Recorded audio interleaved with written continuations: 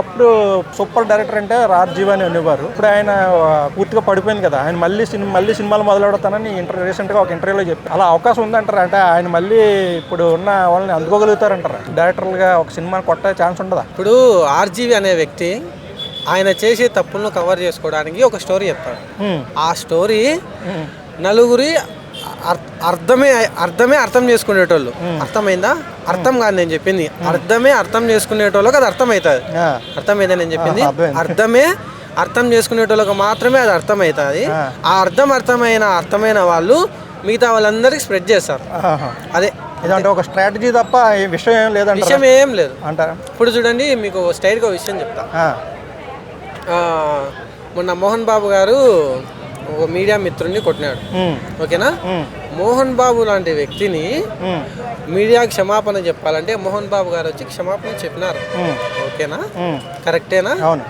అదే రామ్ గోపాల్ వర్మ TV9లో రజనీకాంత్ గారి డిబేట్లో ఒక సామాన్య మహిళను నెక్స్ట్ మీతోనే ఫోన్ మూవీ తీస్తా అంటే ఆయనకు శిక్ష వేయాల్సింది, సారీ చెప్పేయాల్సింది ఫోన్ నుంచి మళ్ళీ రాము తగ్ లైఫ్ అని మళ్ళీ ఆయనకు సైడ్ కోరస్ ఒకటి. ఇది మన మీడియా. అవునంటారా? అది అంటే అంత పెద్ద మాట అన్నప్పుడు కూడా సారీ చెప్పలేదు అని చెప్పేసి అంటారు. అవునండి, సారీ చెప్పలేదు. పైగా దానికి రాముయిజం అని పేరు ఒకటి. రజనీకాంత్ గారు నవ్వుతున్నారు. అదే రజనీకాంత్ గారు మోహన్ బాబు గారి విషయంలో బయటకు వచ్చి ధర్నా చేసి మోహన్ బాబు గారితో సారీ చెప్పించడానికి ఏం చేసినారు? మైక్ పట్టుకొని ధర్నా చేశారు. కరెక్ట్ కాదు కదా? అందరికి ఒకటే న్యాయం ఉండాలి కదా. అంటే రామ్ గోపాల్ వర్మ అంటే ఒక మంచి డైరెక్టర్ కాదంటారా? అతని గురించి ఏం చెప్తారు? డైరెక్షన్ ఇప్పుడు రామ్ గోపాల్ వర్మ డైరెక్షన్ పరంగా అతను ఎవరు తప్పు పట్టారు. ఎందుకంటే ఆయన తీసిన సినిమాలు ఇప్పుడు డైరెక్టర్లు ఎవరు తీయలేరు, అప్పట్లో డైరెక్టర్లు ఎవరు తీయలేరు. ఎందుకంటే సైకిల్ చేయను అది పెద్ద విషయం కాదు. దాని గురించి సైకిల్ షాప్లో పనిచేసేటోని తప్ప ఎవరికి తెలియదు. కానీ ఆ సైకిల్ చైన్ సృష్టించలే, ఒక రికార్డులు బద్దలు కొట్టలే. ఆయన రికార్డులు ఉన్నాయి, కానీ ఆయన రికార్డులను ఆయన చేత ఆయననే బద్దలు కొట్టుకున్నాడు. అంటే ఆయన అంత బ్యాక్కి వెళ్ళిపోవడానికి అంటే తగ్గిపోవడానికి కారణం ఏంటంటారు? అంటే క్వాలిటీ పడిపోద్ది అంటారా ఒక టైంకి వచ్చేటప్పటికి? ఆయన మూర్ఖత్వమే. అంటే అది ఇప్పుడు మీకు విషయం చెప్పంటారా? వైలెన్స్ చేసేటోడు ఎప్పుడు సైలెంట్గా ఉంటాడు. ఆయన ఒక వీడియోలో మీరు ఎప్పుడైనా ఇద్దరు అమ్మాయిలు సెక్స్ చేశారని అడుగుతాడు. ఆయన ఏమంటాడు? నేను I will do multiple women అంటాడు. ఒక అతను ముగ్గురితో సెక్స్ చేసిన అంటాడు. అది పాసిబుల్? ఏం పొర్న్ మూవీసా, పొర్న్ వీడియోసా? టేకు టైం తీసుకొని టేకు చేయనీకి ఆయన చెప్తున్నా కదా. వైలెంట్ చేసేటోడు ఎప్పుడు సైలెంట్గా ఉంటాడు. ఆయన వైలెంట్ అని అనిపించుకోనికి హైలైట్ చేసుకోవాలని చూస్తాడు.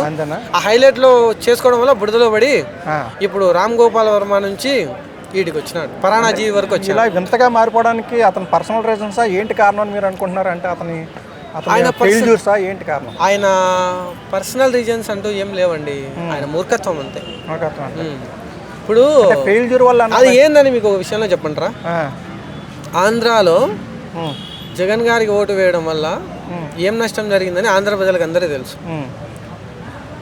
జగన్ గారికి చేసిన తప్పులను ప్రజలకు తెలిసేలా విధంగా సినిమా తీయక ఈయన మూర్ఖత్వంతో ఆయనను హైలైట్ చేసి ఏం చేశారో తెలిసారు కదా. ఆయన తీసిన మూవీస్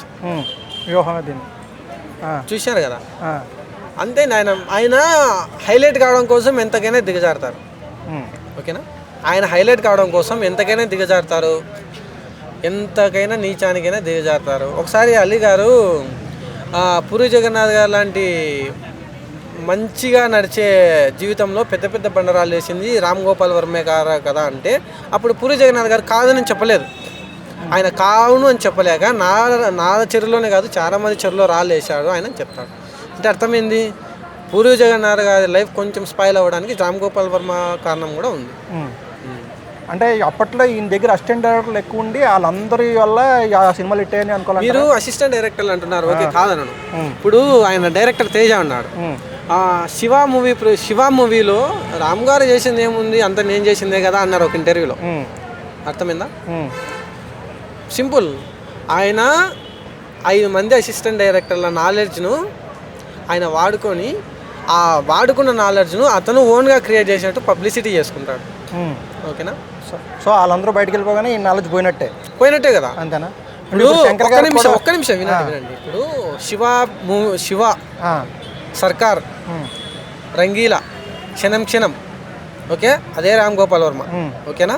అవును. ఇప్పుడు ఆయన తీసిన మూవీస్, మొన్న తీసిన జగన్ మీద, అంతకుముందు తీసిన కొండ, అంతకుముందు తీసిన రక్త చరిత్ర తర్వాత వచ్చింది ఒకటి, రక్త చరిత్ర తర్వాత ఒక మూవీ వచ్చింది, కడప రెడ్డమ్మ ఏదో వచ్చింది, అమ్మ రాజ్యంలో కడప బిడ్డలు, అదే రామ్ గోపాల్ వర్మ, ఇదే రామ్ గోపాల్ వర్మే కదా. ఎక్కడికి పోయినాయి? క్షణం క్షణం ఎక్కడికి వెళ్ళింది, రంగీలా ఎక్కడికి వెళ్ళింది, సర్కార్ ఎక్కడికి వెళ్ళింది?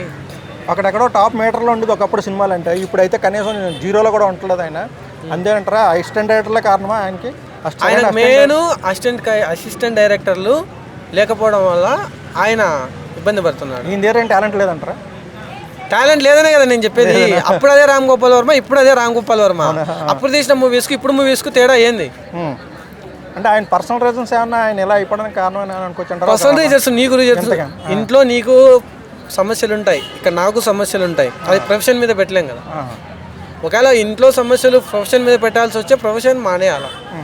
నువ్వు నీ ప్రొఫెషన్ నువ్వు ఫెయిల్యూర్ అయ్యి దాని మీద పర్సనల్ ప్రాబ్లమ్స్ అంటే ఎలా? అంటే మళ్ళీ ఆయన అలాంటి ఒక మంచి సినిమా తీసే అవకాశం ఉందని మీరు ఎంత పర్సెంట్ ఉన్నారంటారు? ఆయన తీసినా కూడా ఇప్పుడు జనాలు చూసే పరిస్థితిలో లేరు. ఇప్పుడు గేమ్ చేంజరు, సంక్రాంతి, డాకుమార్ అటాంటి సినిమాలకి నెల ఉండే ఓటీటీలో చూడొచ్చు అనుకుంటా. ఈ సినిమా అసలు చూసే అవకాశం కూడా చూసే పరిస్థితి యూట్యూబ్లో పెట్టినా చూడరంటారు. నువ్వు ఊరికి నువ్వు పాప్కార్న్ థమ్స్అప్ ఫ్రీగా ఇస్తానే చూడరు. Okay, thank you.